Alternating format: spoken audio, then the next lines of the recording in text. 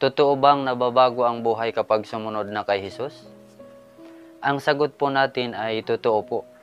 Matapos ka na sumampalataya kay Jesus, ang kasunod na po niyan ay pagbabago. Hindi natin kayang baguhin ang ating sarili sa ating sariling kakayahan po lamang. Kailangan po natin si Jesus. Hindi naman maganda kung sinasabi nating sumusunod tayo kay Jesus pero ang ating testimony ay hindi naman nakikita ang ating buhay, ang tunay na pagbabago, wala pa ring pagbabago. Kailangan ba talaga ang pagbabago? Sa Mateo 4:17, ang sabi po ay ganito, magmula noon ay nangaral na si Jesus. Itinuturo niyang magsisi na kayo at talikuran ang inyong mga kasalanan sapagkat malapit nang dumating ang kaharian ng langit. Ang salitang magsisi at talikuran ang kasalanan, nangangahulugan po yan na dapat magbago ang lahat ng tao. Si Jesus mismo ay nagsabi na hindi makikita ng tao ang kaharian ng langit kung hindi ipanganak muli ang isang tao sa spiritual. Basahin po natin sa Juan 3:3 at saka sa 7. Sumagot si Jesus, pakatandaan mo, malibang ipanganak na muli ang isang tao, hindi niya makikita ang paghahari ng Diyos. 7. Huwag kang magtaka sa sinasabi ko sa iyo. Kayong lahat ay kailangang ipanganak na muli.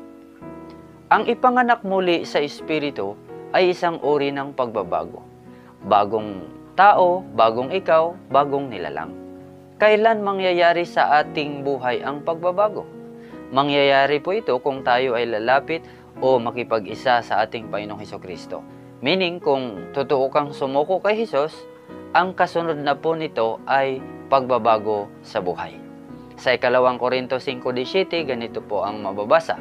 Kaya't kung nakipag-isa na kay Kristo ang isang tao, isa na siyang bagong nilalang. Wala na ang dati niyang pagkatao, sa halip ito'y napalitan na ng bago.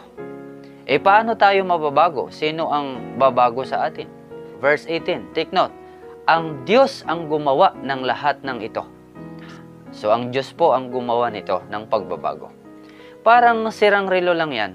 Kahit anong gawin ng relo, hindi niya maaayos. Pero, kapag ipinaayos doon sa may alam, maayos siya o mababago siya. Ganoon din ang tao. Hindi natin kayang ayusin ang ating sarili, pero kapag tayo ay lumapit sa marunong at sa makapangyarihan, sigurado pong mababago tayo. Papalitan ng Diyos ang ating espiritu. Mababasa din po natin yan sa Ezekiel 36:26 hanggang 27. Bibigyan ko kayo ng aking puso at bagong espiritu. Ang masuwayin ninyong puso ay gagawin kong pusong masunurin. Bibigyan ko kayo ng aking espiritu upang makalakad kayo ayon sa aking mga tuntunin at masunod ninyong mabuti ang aking mga utos. Baka tanungin ninyo, bakit hindi pa rin ako bago? Sumampalataya naman ako kay Jesus. Nakipag-isa naman ako kay Jesus. Pero wala pa rin pagbabago sa buhay ko. Ang sagot po natin dyan, mga kapatid, baka hindi ka totoo at seryoso kay Jesus. Dahil imposibleng hindi ka mabago. Kasi malinaw sa 2 Korinto 5:17. Ang sabi, ang nakipag-isa kay Kristo, isa ng bagong nilalang. Wala na ang dating pagkatao, siya'y bago na. Yan po ang sabi ng Biblia. At sinabi rin sa verse 18, ang Diyos ang gumawa ng lahat ng ito. Kaya imposibleng hindi ka mabago kapag ikaw ay na kay Kristo. Halimbawa na lang si Zaccheo. Nang magkaroon siya ng personal encounter kay Jesus, siya po'y nabago. Basahin natin sa Lucas 19:1 hanggang 10. Pumasok si Jesus sa Jericho at naglakad sa kabayanan. May isang tao roong ang pangalan ay Zaccheo, isang pinuno ng mga maniningil ng buwis at napakayaman. Sinisikap niyang makita si Jesus upang makilala kung sino ito. Ngunit sa dami ng tao, hindi niya ito makita dahil sa siya'y pandak. Verse 4, kaya't patakbo siyang nauna sa dadaanan ni Jesus at umakyat sa isang puno ng sikomoro. Pagtapat ni Jesus sa lugar na iyon, tumingala siya kay Zaccheo at sinabi, Zaccheo, bumaba ka agad sapagkat kailangan kong tumuloy ngayon sa iyong bahay. Nagmamadaling bumaba si Zakeo at tuwang-tuwang tinanggap si Jesus sa kanyang bahay. Lahat ng nakakita nito ay nagbulong-bulungan. Nakikituloy siya sa isang makasalanan, sabi nila. Verse 8, tumayo si Zakeo at sinabi niya kay Jesus, Panginoon, ipamimigay ko po sa mga mahihirap ang kalahati ng aking mga kayamanan. At kung ako'y may nadayang sinuman, isasauli ko ito sa kanya ng makaapat na bisis. Tingnan nyo, yung resulta ng nakilala ni Zakeo si Jesus, nagkaroon po ng pagbabago. Kaya ang sabi ni Jesus sa verse 9, at sinabi sa kanya ni Jesus, ang kaligtasan ay dumating ngayon sa sambahayang ito sapagkat anak din ni Abraham ang taong ito. Ang anak ng tao ay naparito upang hanapin at iligtas ang naligaw.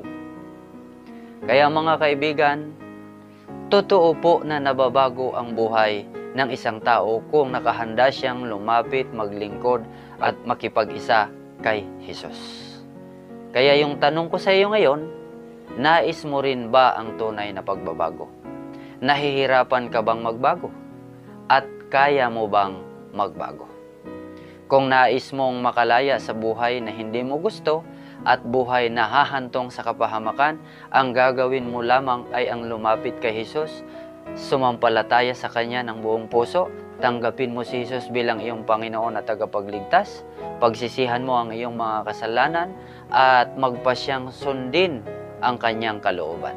At para lumago ka, dumalo ka sa pagtitipon ng mga magkakapatid sa pananampalataya na tunay na mayroong pagbabago o binago ng Diyos. At yung itinuturo ang tunay na pagbabago kay Hesukristo. Kaya mga minamahal, sana'y kinasangkapan ng Panginoon ang videong ito upang makilala mo si Jesus ng personal at mas malalim pa.